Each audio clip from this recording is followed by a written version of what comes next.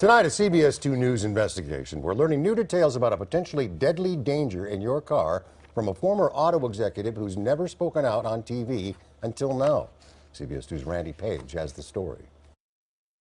He's on the passenger side. On July 30th, 2014, on a rural highway, 49-year-old Balde Solis Gonzalez burned to death inside this SUV. The doors on the vehicle were not jammed. Why didn't the man get out? The seat that he was in had failed. Paul Sheridan is a former Chrysler safety manager who is now paid to provide expert testimony in lawsuits filed against the automakers. The seat back collapse caused his paralysis, and he could not escape the fire. You're talking about a horrific death. I don't know of any more horrible a way to die than burning to death. In my opinion, he was probably fully conscious while he died.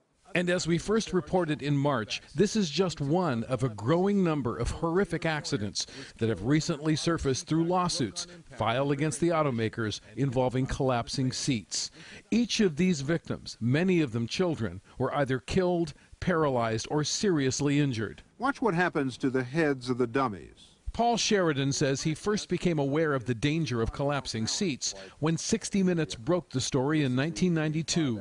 That's when Sheridan was in charge of the Chrysler minivan safety team. And now, for the first time on camera, he reveals what happened when he called on his team to conduct an internal investigation. And I was told to retrieve and destroy the meeting minutes. Then he says he was fired. They dismantled my safety team and said that our mission had been fulfilled.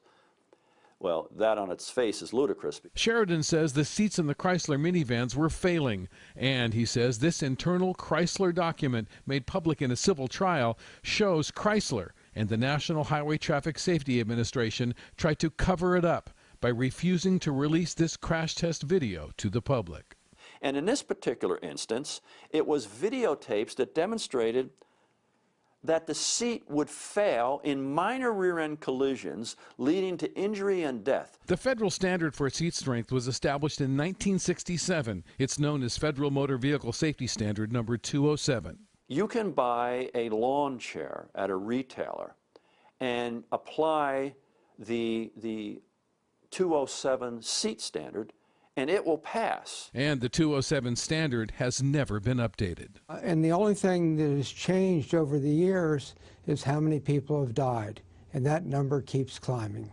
Clarence Ditlow, executive director of the Center for Auto Safety in Washington, D.C., says NHTSA isn't keeping track of how many people are killed or injured when seats collapse, so he did some investigating of his own. He says he found 64 cases of death or serious injury, and he says each year as many as 50 children die in the back seat when the front seat collapses in front of them. Far more than the number of people killed in this year's massive airbag recall, which made worldwide headlines. There's a huge public health crisis out here because we can't continue to kill 50 children every year in the rear seats of cars. I think it's a critical issue. Joan Claybrook is a former NHTSA administrator.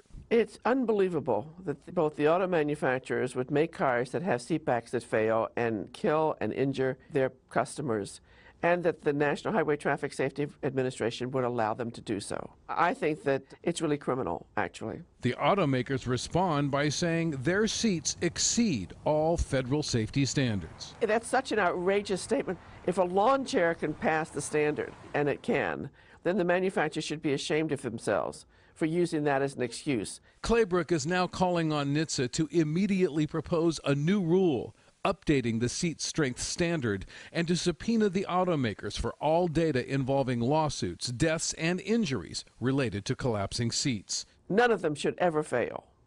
And if they have one that fails, then they have failed the American public. The National Highway Traffic Safety Administration responded to this story with the same written statement they gave us when we first reported on this issue a few months ago. It says, in part, rear impact crashes account for roughly 3% of all traffic fatalities. NHTSA concluded that's too small of a percentage to warrant a rule change. I think that's ludicrous that they claim that there are not enough deaths and injuries. Too many children, too many parents have been killed or paralyzed in seatback collapse cases. Once again, NHTSA has failed the American public. A failure, he says, that is costing precious lives. Randy Page, CBS 2 News.